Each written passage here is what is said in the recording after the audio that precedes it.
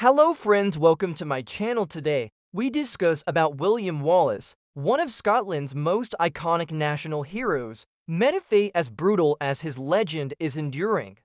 His execution in 1305 was deliberately horrific, intended as a grim spectacle, and warning to any who dared challenge English authority. The English king, Edward I, known as Longshanks, ordered a punishment designed to maximize both physical torment and public humiliation. Captured near Glasgow in August 1305 after years of leading Scottish resistance against English occupation, Wallace was betrayed by John de Menteith, a Scottish knight loyal to Edward. He was transported in chains to London and paraded through the streets to Westminster Hall, where he stood trial for high treason. At his trial, Wallace denied being a traitor, famously stating that he could not be guilty of treason against King Edward I, whom he had never sworn allegiance to. His defiance was in vain. The verdict was a foregone conclusion, and the sentence was agonizingly cruel. On August 23, 1305, Wallace's execution began with him being stripped naked and dragged through the streets of London behind a horse.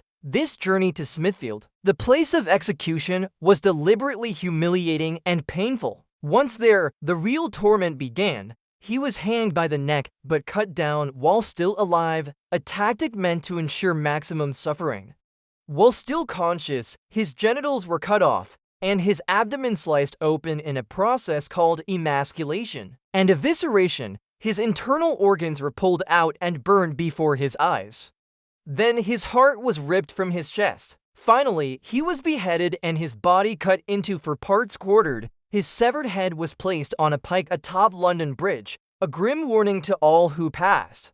The quarters of his body were sent to Newcastle, Berwick, Stirling, and Perth places. Symbolic of Scotland's struggle for freedom, Wallace's brutal death did not break the spirit of Scottish resistance. In fact, it helped galvanize it. Just a few years later, under Robert the Bruce, Scotland would continue its fight and eventually secure independence with the Battle of Bannockburn in 1314. Wallace's execution remains one of the most infamous and gruesome in history, a stark reminder of medieval cruelty and the high price of rebellion. His legacy, however, lives on not as a defeated traitor, but as a symbol of defiance, courage, and the unyielding desire for freedom.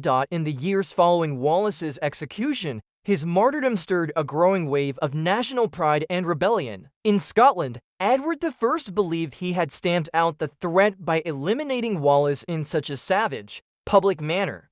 But the horror of Wallace's death backfired. It turned him into a symbol, not just of resistance, but of brutal English oppression. Edward I died 2 years later, in 1307, while marching north to crush another Scottish uprising. His successor, Edward II, lacked his father's strength and strategic mind, and under his rule, the English grip on Scotland began to loosen. Meanwhile, Robert the Bruce, once Wallace's rival in the fight for leadership, seized the opportunity and led the Scots into a renewed war for independence. Wallace's influence endured among the people. Songs, poems, and stories passed down tales of his bravery and sacrifice. The Acts and Deeds of Sir William Wallace by Blind Harry, written nearly 2 centuries later, romanticized his life, turning him into a near-mythical figure and solidifying his status as Scotland's national hero. Though the English tried to erase Wallace by destroying his body and reputation, they inadvertently made him immortal in Scottish memory. His motto, Pro Libertate, for liberty, became the rallying cry of a nation.